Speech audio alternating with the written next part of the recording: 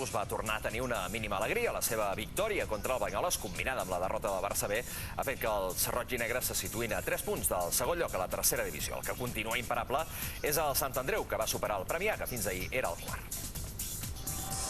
El Sant Andreu ja és equip de play-off i cal fidelitzar el seu públic davant de la gran cita del mes de maig. Regalar pilotes és una opció, però sens dubte el que més convenç és guanyar un bon partit ahir contra el Rico Premià.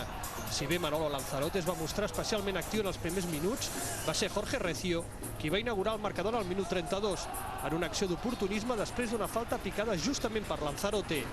Davant d'aquesta imatge podríem fer l'acudit fàcil i dir que el Sant Andreu va motoritzat cap al play-off, però la pregunta que ens queda és saber quants nanos van ser capaços d'encabir en aquest utilitari. Mínim 6. És la mateixa xifra de gols que suma el davanter del Premià, Bakary Niger, que va marcar el gol de l'empat en el minut 6 del segon temps.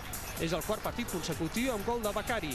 Els de Nacho González, però, van esprintar arran de l'entrada al camp d'Eloi Fontanella, ahir suplent, i van acabar assegurant-se la victòria amb 2 gols en els últims 10 minuts. De Marcos Jiménez, el 2-1, i de Manolo Lanzarote, el 3-1 definitiu.